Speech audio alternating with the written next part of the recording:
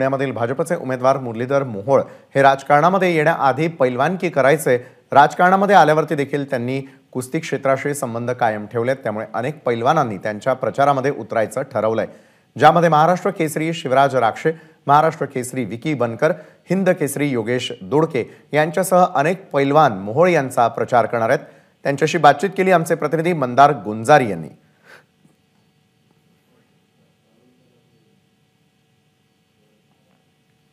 निवडणुका सुरू झाल्या की राजकारणाचा आखाडा हा शब्द सर्रास वापरला जातो, परंतु पुण्यातील भाजपचे उमेदवार मुरलीधर मोहोळ हे खरेखुरे मल्ल आहेत।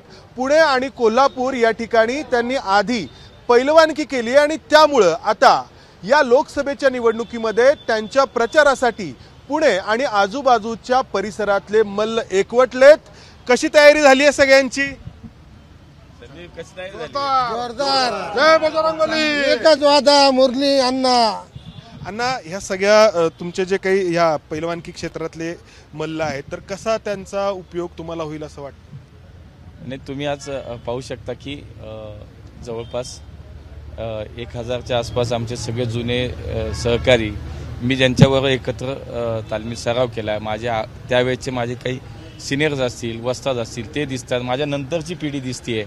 ही शेवटी एक आपुलकी असते, एकत्र राहिल्याचा एक परिणाम असतो, लाल मातीचे घट्ट नातं असतं आणि तेच या निमित्तानं आपल्याला पाहायला मिळेल की कुठलाही पक्ष, विचार, राजकारण हे बाजूला ठेवून त्याच्या पलीकडे आमची हे सगळे पैलवान मंडळी एकत्र आलेत। आणि आज शनिवार आहे, हनुमानाचा वार आहे आणि त्या निमित्तानं सगळ्यांनी संकल्प केला की निश्चितपणे आपण हा आखाडा मारणार। तर याच्यामध्ये आपल्याला अनेक महाराष्ट्र केसरी दिसत आहेत, हिंद केसरी दिसत आहेत। या ठिकाणी निवडणुका आणि पैलवानकी हे दोन्हीचा मेळ घालायचा। पैलवान हा दोन्ही आखाड्यात चितपट केल्याशिवाय अण्णा राहणार नाही, हे आम्हा सगळ्या पैलवानांना माहितीच आहे। पुढचा जो विरोधक आहे त्यांना अण्णाचा डाव माहिती नाहीये, आम्हा सगळ्या पैलवानांना माहिती आहे अण्णा कुठला डाव मारणार आहे आणि ही निवडणूक योग्य पद्धतीने योग्य डावामध्येच अण्णा मारणार हे आम्हाला सगळ्यांना माहिती आहे। नक्कीच पुणे लोकसभेमध्ये मुरलीधर अण्णा हे जी आता कुस्ती लागली त्यात मुरली चांगल्या मताधिक्याने विजय होतील व जी पैलवानकीचा जर डाव असतो तो नक्कीच पुढच्या पैलवानाला मारून दाखवतील।